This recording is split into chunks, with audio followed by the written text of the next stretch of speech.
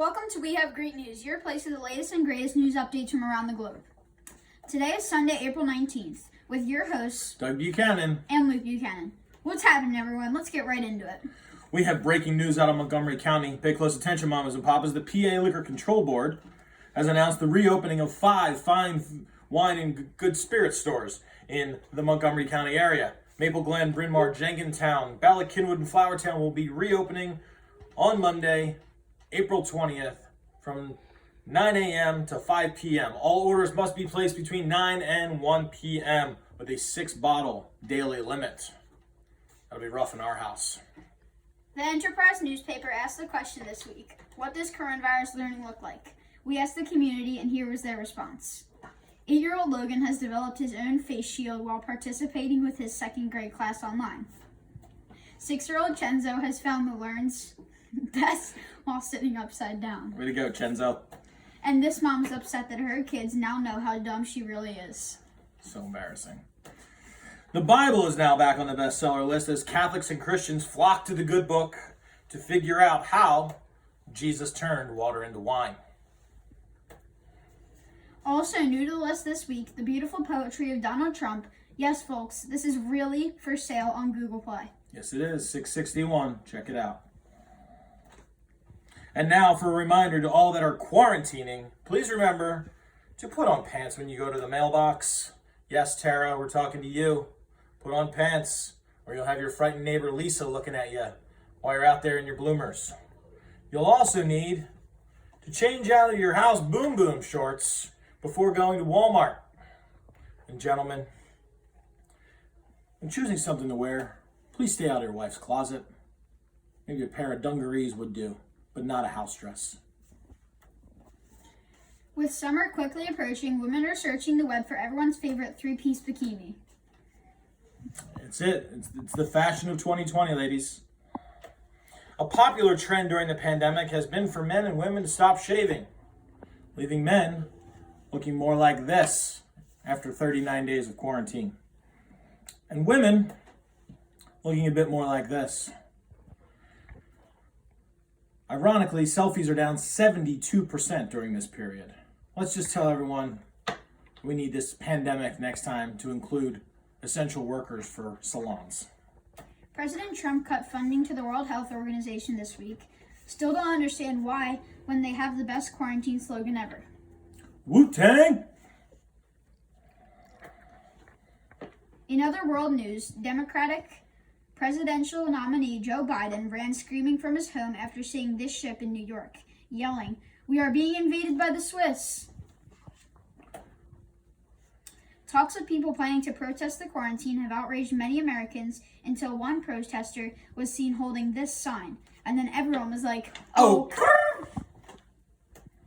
During a press briefing on Saturday, a reporter asked Dr. Fauci, "How long before you expect a cure?"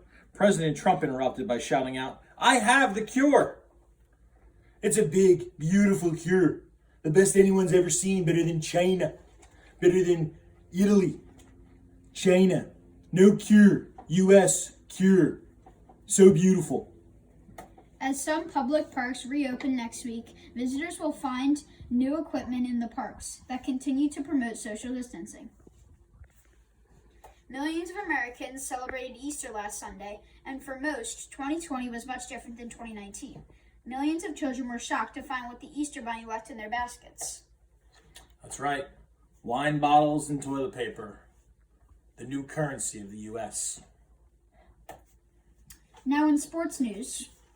On Saturday, after hearing about the ongoing toilet paper shortage, Dallas Cowboys owner Jerry Jones donated a toilet paper substitute for fans to wipe. That's right, folks. Wipe away. Overreaction Nation said they miss sports so badly that they would watch the Cowboys play the Giants with these two announcing right now. Not quite that desperate yet. No, definitely not. Thanks, Luke. Now on to pop news. The Tiger King phenomenon released action figures this week, sending die-hard fans rushing to the internet to get one of these. In other Tiger King related news, O.J. Simpson weighed in on Twitter this week, finally getting that expert opinion we have been craving. Hashtag Tiger Sashimi. Carol Baskin. Here's a notice to anyone who's watched the Tiger King as a result of the quarantine. You may be entitled to a compensation. And now for tweets and memes of the week. We doubled up this week since we were out last week for Easter. Our friend Keithy said it best. Damn, I miss working, complaining about wanting to be at work. And Twan 2 response to President Trump had Democrats cracking up with his response to USA Strong. Yes, you are doing a lot of tweeting. Now for the memes that truly hit it on the mark. Wait, you're telling me that my chance of surviving all of this is directly linked to common sense of others? Yes, Molly and Jessica, that's exactly what we're saying. Common sense of others. Little Man and I are baffled by this one. How are your graduation pics supporting our cheering up the class of 2020? Shaking my head, people. Honoring the class of 2020 with your graduation pics is like honoring homeless people by showing them your house. Come on, enough. Stop the madness. When we come out of this quarantine and I ask you where you want to eat, I don't want to hear I don't know. You've got 39 days already, plus what, maybe another 30 or 40 or 60 more? But I tell you what, we're coming out strong. We're going to support our local businesses and our chain businesses. Now on to birthdays. We have some happy birthday greetings to send out this week. We can't imagine not being able to celebrate major milestones not surrounded by family.